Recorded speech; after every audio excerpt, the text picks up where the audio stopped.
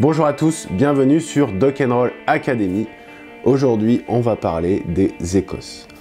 Alors, pour ceux qui ne savent pas ce que c'est les Écosses, eh bien, cette vidéo est probablement pas pour vous, puisqu'aujourd'hui, je vais revenir sur cette modalité d'examen des étudiants en médecine en tant que rédacteur d'Écosse et examinateur. Alors, ça fait maintenant quelques temps que je fais passer des Écosses, et je me suis dit que ce serait intéressant pour vous, étudiants en médecine, qui allez passer cette modalité, que je vous donne un petit peu mes tips et mon ressenti en tant qu'examinateur et rédacteur sur cet examen pour essayer de vous faire gagner un maximum de points et vous dire un petit peu ce qu'on attend de vous quand on est de l'autre côté du bureau. Le premier point qu'on va aborder ensemble, c'est votre attitude pendant l'examen. C'est vraiment important l'attitude parce que déjà il y a des points dessus et donc il va falloir soigner au maximum pendant les Écosses la façon dont vous interagissez avec le patient standardisé et les examinateurs. Alors, la plupart du temps, dans une station d'Écosse, on vous demande de faire le médecin face à un patient, de l'interroger, de l'examiner, de faire un diagnostic, de faire une ordonnance. Et ça, eh ben, c'est la vraie vie. Et donc, il faut vraiment se mettre en situation où le patient est complètement profane. Il ne connaît pas les termes techniques, il ne connaît pas le nom des maladies, le nom des médicaments. Et donc, il faut absolument que vous soyez vulgarisateur, que vous utilisiez des mots simples et que vous n'utilisiez pas du tout de jargon médical. Alors là, je vous entends tout de suite me dire, oui, mais dans les Écosses, des fois, on nous demande quand même des termes techniques, des mots très spécifiques, puisqu'il y a aussi des points sur notre capacité à mobiliser nos connaissances théoriques. C'est vrai, mais la plupart du temps, ce qu'on va vous demander essentiellement, c'est d'arriver à faire passer les messages avec le patient. Donc par exemple, vous n'allez pas lui demander s'il a des facteurs de risque cardiovasculaires, mais vous allez lui poser la question de savoir s'il a jamais fait un AVC, ou s'il a fait une crise cardiaque, s'il n'a pas des problèmes avec les artères qui se bouchent, voilà, des choses comme ça. Et cette façon de faire sera valorisée par l'examinateur, et vous aurez probablement plus facilement tous les points. Évitez au maximum aussi de sortir de votre rôle. Vous êtes médecin aux urgences, vous êtes médecin généraliste, vous êtes médecin spécialiste, vous êtes médecin. Si jamais vous ne savez pas, si vous ne savez plus quoi dire, ne dites pas « Ah punaise, ça je sais pas, c'est dur quand même, Voilà, ne faites pas ça. Ne faites pas ça parce que ça va vous desservir pour les points d'attitude et c'est dommage parce que ce sont des points qui sont toujours présents et qui sont quand même rapidement gagnés. Encore une fois, concernant l'attitude, j'aimerais attirer votre attention sur une chose dans ces examens, c'est la subjectivité des examinateurs. À chaque fois qu'on fait passer un examen, on essaye, autant que faire se peut, d'être complètement objectif par rapport à la grille de correction et à notre attitude en tant que correcteur et examinateur pour être le plus loyal possible envers les différents candidats. Le problème, c'est qu'on ne peut pas être à 100% loyaux envers vous puisque ça va dépendre de plein de facteurs. Vous passez en premier, vous passez en dernier, juste avant de manger, vous passez après quelqu'un qui vient de réussir à fond la station d'Écosse, ou vous passez après quelqu'un qui a complètement foiré la station. Et ben, effectivement, il y a quand même un petit peu de subjectivité, et il y a aussi de la fatigue. Quand vous faites passer 10 stations d'Écosse dans la journée, eh bien, à un moment donné, votre cerveau est peut-être pas forcément toujours très disponible pour entendre exactement ce qu'on vous dit. Alors c'est pour ça qu'on est deux quand on vous juge, et pour mettre toutes les chances de votre côté, soyez rentable. Soyez rentable, ça veut dire que si jamais, à un moment donné, vous avez envie d'expliquer un certain nombre de choses, essayez de rester focalisé sur les éléments les plus importants. Commencez vos phrases par les choses les plus importantes. Évitez de faire des longues phrases vides de sens, avec au milieu des fois des trucs qui seraient peut-être dans la grille. Ça ne marchera pas, et ce que vous allez faire, c'est que vous allez perdre complètement votre interlocuteur. Je vais parler maintenant du temps. Une station d'Écosse, c'est 7 minutes. Et là, quand on vous dit 7 minutes, il y en a beaucoup d'entre vous qui pensent que c'est très court.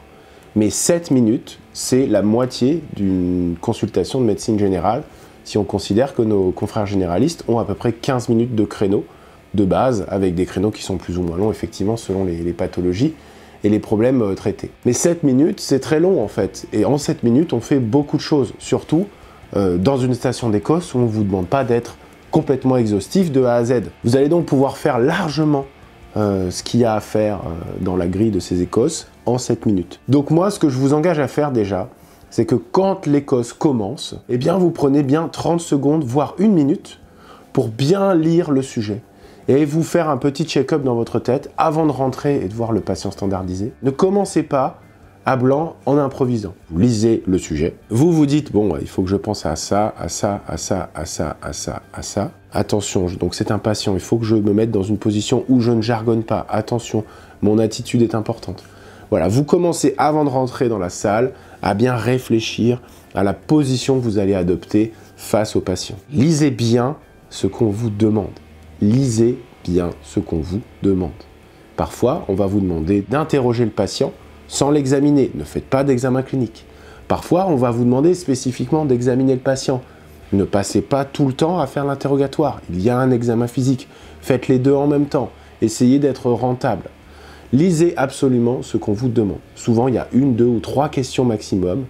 Et vraiment, la plupart du temps, quand je fais passer les écosses, je me rends compte que les étudiants vont trop vite. Ils se précipitent sur l'entretien, l'examen, et au bout de 5 minutes, ils se rendent compte qu'il y a une question à laquelle ils n'ont pas répondu. Et là, c'est panique à bord, et on essaye de répondre rapidement à la dernière question. Donc prenez votre temps, 7 minutes, c'est très long.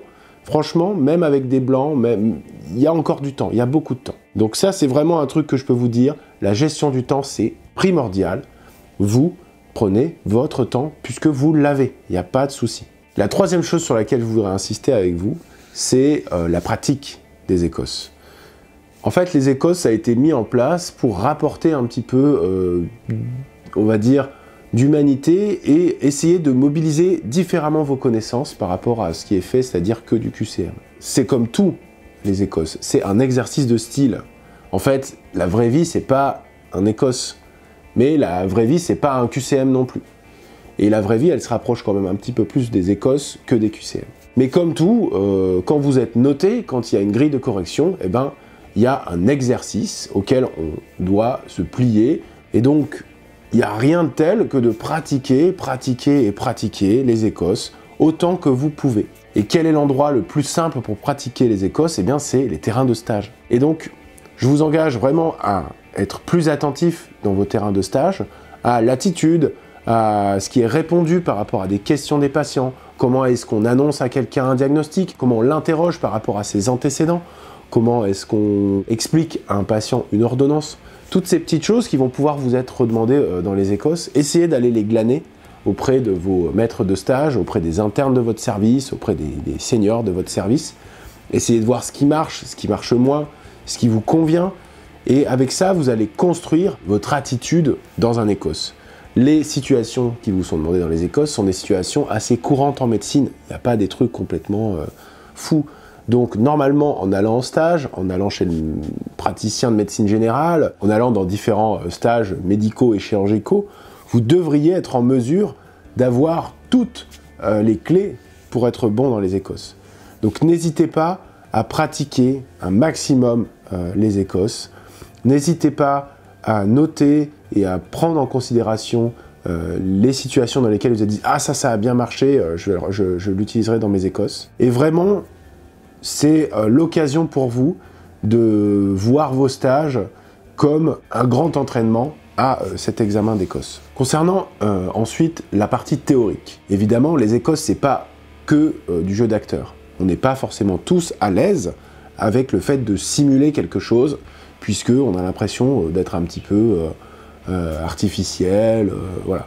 Mais dites-vous une chose, c'est qu'on vous attend à la fois sur votre attitude, mais aussi sur vos connaissances théoriques. Donc de toute façon, ceux qui sont un petit peu plus balèzes sur leurs connaissances théoriques, vous allez vous en sortir. Mais ceux qui sont moins à l'aise avec les connaissances théoriques, bon bah, si jamais vous avez quand même une bonne attitude, des petits automatismes, vous devriez aussi vous en sortir. Et là, c'est le dernier point que je voudrais aborder avec vous, c'est comment être rentable dans un Écosse quand le sujet sur lequel on tombe n'est pas un sujet avec lequel on est à l'aise. La plupart du temps, on va vous demander des choses assez vagues, assez grossières dans un sujet. On ne va pas vous demander d'aller faire des choses très précises, par exemple sur les troubles hydroélectrolytiques en néphrologie. Par contre, on va vous demander d'être assez systématique sur la façon dont vous interrogez les patients et vous les examinez. Si jamais vous tombez sur une station sur laquelle vous n'êtes pas à l'aise et qu'on vous demande de faire l'interrogatoire du patient, eh ben faites l'interrogatoire d'un patient. Comme si vous ne saviez pas pourquoi il vient et vous reprenez les choses simplement, sans vous presser et surtout en étant systématique. Antécédents personnels, motifs d'hospitalisation, antécédents familiaux, mode de vie, habitudes toxiques, les choses simples. Et là, vous allez quand même gagner des points parce qu'il y en a un certain nombre qui sont basés là-dessus. Si on vous demande d'examiner le patient, de la même façon, essayez d'être assez systématique. Évidemment, on n'allez pas faire un examen clinique complètement complet, vous allez perdre votre temps.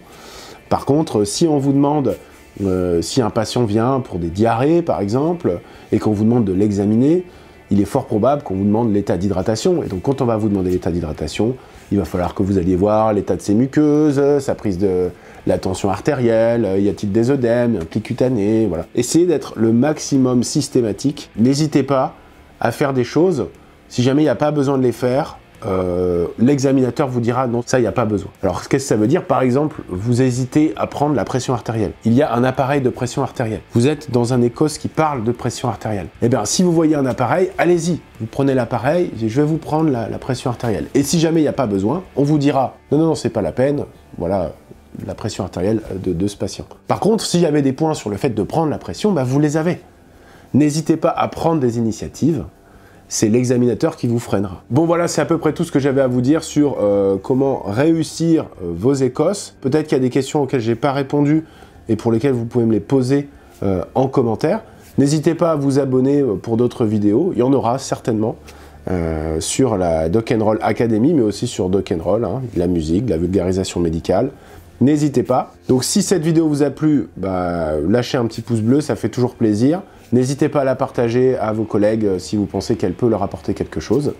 Et d'ici là, on se dit à très bientôt. Keep on living, keep on rocking, baby.